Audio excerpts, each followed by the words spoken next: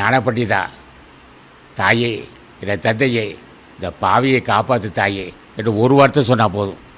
முதுகுபுரி தலைவன் முருகப்பெருமான் யாரோ கேட்டான், என்ன வேணும்னு கேட்டார்.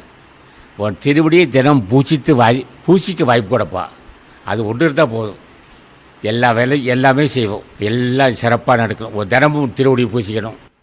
முருகா, ராமலிங்க சாமிகளே, மாணிக்க வாசகா, திருமண தேவா, காலாங்கிநாதா, போகமகார செய்யா, கரூர் தேவா, அருணிநாதா, இந்த பாவி ஒரு பார்வை சொன்னால் போதும், அனைத்தும் வெற்றி தான். என்ன வேணுங்க பாரு, அடியை ஞான சித்திக்க வேண்டும், அடியனுக்கு ஞான சித்திக்க வேண்டும், அதுக்குரிய அறிவும் பரிவுக்கும் வந்து கேட்கணும்.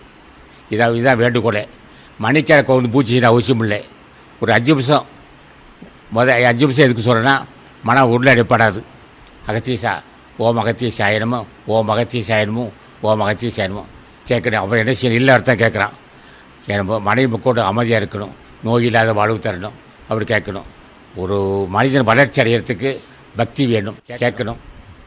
என்ன கேட்கணும்னா, என்னுடைய சிந்தையும் செயலும் சொல்லுமாக இருந்து வழிநடத்த வேண்டும். எனது சிந்தையும் செயலும் சொல்லுமாக இருந்து வழிநடத்த வேண்டும். எந்த வகையிலையும் சிந்தை குற்றம், செயல் குற்றம், சொல்லு குற்றம் வரக்கூடாது. என்னுடைய செயல் அத்தனையும் பிறர் மகிழ்ச்சியாக இருக்க வேண்டும். என்னுடைய செயலால் யாருக்கு தீங்கு வரக்கூடாது. என் சிந்தனையே எறும்பு முதல் யானை வரை எல்லா உயிரும் இன்புற்று வாட வேண்டும். இதான் என் வேண்டுகோளே. எறும்பு முதல் யானை வரை எல்லா ஜீவராசிகளும் மகிழ்ச்சியோடு இருக்க வேண்டும்.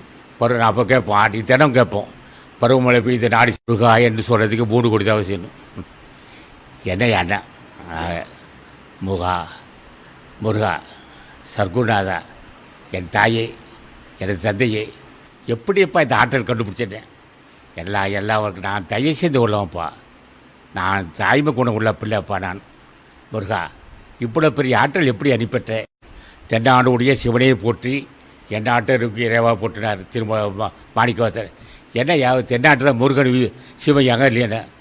தென்னாடுடைய சிவனையை போற்றினார். இது சிவம் என்ற சொல்லுக்கு முருகப்பெருமான் தான் காரணம்.